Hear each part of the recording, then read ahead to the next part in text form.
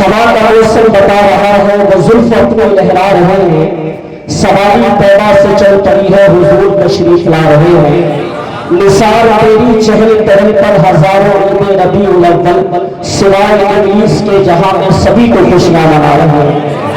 درود پاک پڑھیے اللہم صلی علی سیدنا مولانا محمد مبارک وسلم، صلو علیہ وسلم وسلام علیک یا رسول اللہ صلی اللہ علیہ وسلم۔ قرآن کریم کی آیت کریمہ پڑھنے کا شرف حاصل کیا، یہ اس سے روشنی حاصل کرتے ہیں۔ اللہ تبارک و تعالیٰ قرآن کریم میں ارشاد فرماتا ہے بے شک ہم نے ایمان والوں کے درمیان ایک رسول بھیج دیا، یعنی اپنا محبوب تم کو عطا کر دیا۔ زیادہ وقت نہیں لوں گا اس لیے کہ حضرت وہاں سے برابر رابطہ کر رہے ہیں، ان کو کہیں سفر پر جانا ہے۔ میں صرف حدیث سے پاک آپ کے سامنے رکھتا ہوں، دعا کرنا اللہ تبارک و تعالی حق اور سچ بولنے کی توفیق عطا فرمائے۔ آئیے آقا علیہ الصلوۃ والسلام نے یوم موسیٰ بھی منایا، یوم نوح بھی منایا، اور آقا علیہ الصلوۃ والسلام نے یوم غلاف کعبہ بھی منایا۔ اليوم اکملت لکم دینکم واتممت علیکم نعمتی ورضیت لکم الاسلام دینا۔ صحابہ فرماتے ہیں اللہ کی عزت کی قسم، اس آیت اترنے کا دن جس دن یہ آیت کریمہ نازل ہوئی تو عید کا دن کہلایا، دو عیدوں کا دن کہلایا، اور جس دن مصطفیٰ جان کریم صلی اللہ علیہ وسلم کل آیت والا رسول آیا ہو، کل قرآن کریم والا رسول آیا ہو، وہ ایک عید نہیں کروڑوں عیدوں کے برابر دن ہے۔ صحابہ فرماتے ہیں وہ کروڑوں عیدیں اللہ کے محبوب صلی اللہ علیہ وسلم کی ایک عید میلاد النبی پر قربان ہے۔ کون ہے جو اس میلاد مصطفیٰ کو سنت مصطفیٰ سے ثابت ہو جانے کے بعد انکار کرے؟ حدیث بہتی شریف ان کی السنن الکبریٰ، حوالے سنتے چلے اور توجہ دیجیے گا میری طرف۔ امام عسقلانی نے فتح الباری میں، امام عسقلانی نے تہذیب التہذیب میں، امام عسقلانی نے تلخیص الحبیب میں، امام مرزی نے تہذیب الکمال میں، تہذیب الاسماء میں، ان تمام کتب کے اندر امام سیوطی نے الحاوی الفتاوی میں، امام طبرانی نے المعجم الاوسط میں، مقدسی نے الحدیث المختار میں، کل کتب کے اندر حدیث سے پاک ہے کہ آقا علیہ الصلوۃ والسلام نے اعلان نبوت کے بعد میں اپنے میلاد کی خوشی میں بکرے ذبح کیے، اور بکرے ذبح کرنے کے بعد میں کل صحابہ کو جمع کرنے کے بعد میں لنگر میلاد کھلایا۔ حدیث کے لفظ ہیں ان النبی صلی اللہ علیہ وسلم اقطع عن نفسه بعد النبوة۔ یہ حدیث بہتی کی سنن کبریٰ میں ہے، مصنف عبد الرزاق میں ہے، اور مجموع الزوائد میں امام حسمی نے بھی اس کو روایت کیا کہ آقا علیہ الصلوۃ والسلام نے اعلان نبوت کے بعد کل صحابہ کو جمع کرنے کے بعد میں لنگر میلاد کھلایا۔ بعض لوگوں نے یہ کہا کہ آقا علیہ الصلوۃ والسلام نے یہ جو بکرے ذبح کیے تھے یہ میلاد کے بکرے ذبح نہیں کیے تھے۔ بعض لوگ یہ سمجھتے ہیں کہ مصطفیٰ نے یہ بکرے ذبح کرنے کے بعد میں جو لنگر کھلایا تھا وہ میلاد کا نہیں تھا بلکہ وہ عقیقے کا تھا۔ اب آپ یہاں پر ذمہ دار حضرات بیٹھے اور جانتے ہیں اس بات کو کہ عقیقہ ولادت پر کیا جاتا ہے یا عقیقہ کس خوشی میں کیا جاتا ہے؟ تمہارے ہمارے گھر پر اللہ تبارک و تعالیٰ جب کوئی بچہ عطا کرتا ہے تبھی تو ہم اس کا خوشی مناتے ہیں۔ تو عقیقہ وفات پر ہوتا ہے یا میلاد پر ہوتا ہے؟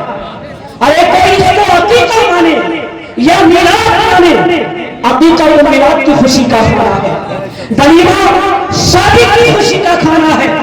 تو حدیث پاک ہے آقا علیہ الصلوۃ والسلام نے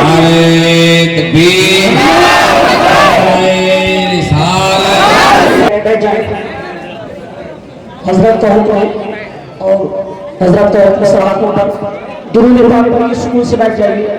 اللہم صلی علی سیدنا مولانا محمد وبارک وسلم صلو علیہ صلاۃ و سلام علیک یا رسول اللہ صلی اللہ تعالی علیہ وسلم۔ حدیث کے لفظ ہیں ان النبی صلی اللہ علیہ وسلم بعد النبوہ، یہ حدیث بہقی کی سنن کبریٰ میں ہے، مصنف عبدالرزاق میں ہے، اور مجمع الزوائد میں امام حسنی نے بھی اس کو روایت کیا کہ آقا علیہ السلام نے اعلان نبوت کے بعد میں کل صحابہ کو جمع کرنے کے بعد میں اپنی شریعت میں، اپنی سنت میں اپنے میلاد کا لنگر کھلا کر کے قیامت تک میلاد مصطفیٰ بنانا سنت بنا دیا، اور پھر اس سنت پر آقا علیہ السلام نے اجر بھی عطا فرمایا۔ صحیح بخاری شریف کی حدیث ہے کہ آقا علیہ السلام کی ولادت کے وقت ابو لہب نے اپنی لونڈی سویبہ کو کہا کہ جاؤ میرے بھائی مرحوم عبداللہ کے گھر پر آج اولاد ہونے والی ہے، جاؤ جا کر کے دیکھو اور مجھے خبر دو۔ سویبہ آقا علیہ السلام کے مکان پر تشریف لے کر گئی، آقا علیہ السلام کی ولادت ہوئی، سویبہ نے اپنے ہاتھوں پر نبی کریم کو اٹھایا اور آ کر کے ابو لہب کو خبر دی۔ یہ حدیث پاک صحیح بخاری شریف کی کتاب النکاح میں ہے، مصنف عبدالرزاق میں ہے، بہقی کی سنن کبریٰ میں ہے، اور عالم عظیم علماء دیوبند کے علامہ انور شاہ کشمیری نے بخاری کی شرح فیض الباری کے اندر بھی اس کو روایت کیا کہ آقا علیہ السلام کی ولادت ہوئی، سویبہ نے اپنے ہاتھوں پر اٹھایا اور آ کر کے خبر دی، ابو لہب اللہ تبارک و تعالیٰ نے تجھے بھتیجا محمد عطا فرمایا ہے۔ جب اسے یہ خبر ملی تو اس نے اپنی ان دو منہوں کے اشارے سے کہا سویبہ جا مجھے آزاد کیا، میرے بھتیجے محمد کی ولادت کی خوشی میں جا تجھے آزاد کیا۔ سویبہ آزاد ہو گئی۔ اب ابو لہب وہ شخص تھا کہ جس کی مذمت پہ قرآن کریم اترا، تبت یدا ابی لہب وتب ما اغنی عنہ مالہ وما کسب، مر گیا حالت کفر کے اندر۔ مرنے کے 1 سال بعد حضور کے چچا اور اپنے بھائی حضرت عباس بن عبد المطلب رضی اللہ تعالیٰ عنہ کے خواب میں ملا۔ آپ نے پوچھا بھائی ابو لہب حالت کفر میں مرے، بتاؤ کیا حال ہے تمہارا؟ اس نے کہا بڑی بڑی حالت ہے، اوپر سے عذاب، نیچے سے عذاب، دائیں بائیں ہر طرف سے دوزخ کی آگ میں جلتا رہتا ہوں، الا ان العذاب یخفف عنی کل یوم اثنین، فقال ذلك ان النبی صلی اللہ علیہ وسلم ولد یوم الاثنین وکانت سویبہ بشرت ابا لہب بمولدہ فاعتقها۔ اس نے کہا دوزخ کی آگ میں جلتا رہتا ہوں، لیکن ہر ہفتے میں جب پیر کا دن آتا ہے، جب پیر کا دن آتا ہے تو دوزخ کا عذاب مجھ کافر پر بھی دوزخ کا عذاب کم کر دیا جاتا ہے، تخفیف العذاب ہو جاتا ہے۔ اور اس نے کہا میری 2 انگلیوں سے پانی کا ٹھنڈا چشمہ نکلتا ہے، کچھ راحت آتی ہے، اور دوزخ کی آگ کو ان پانی کی جو 2 انگلیوں سے چشمہ نکلتا ہے اس سے بجھاتا رہتا ہوں۔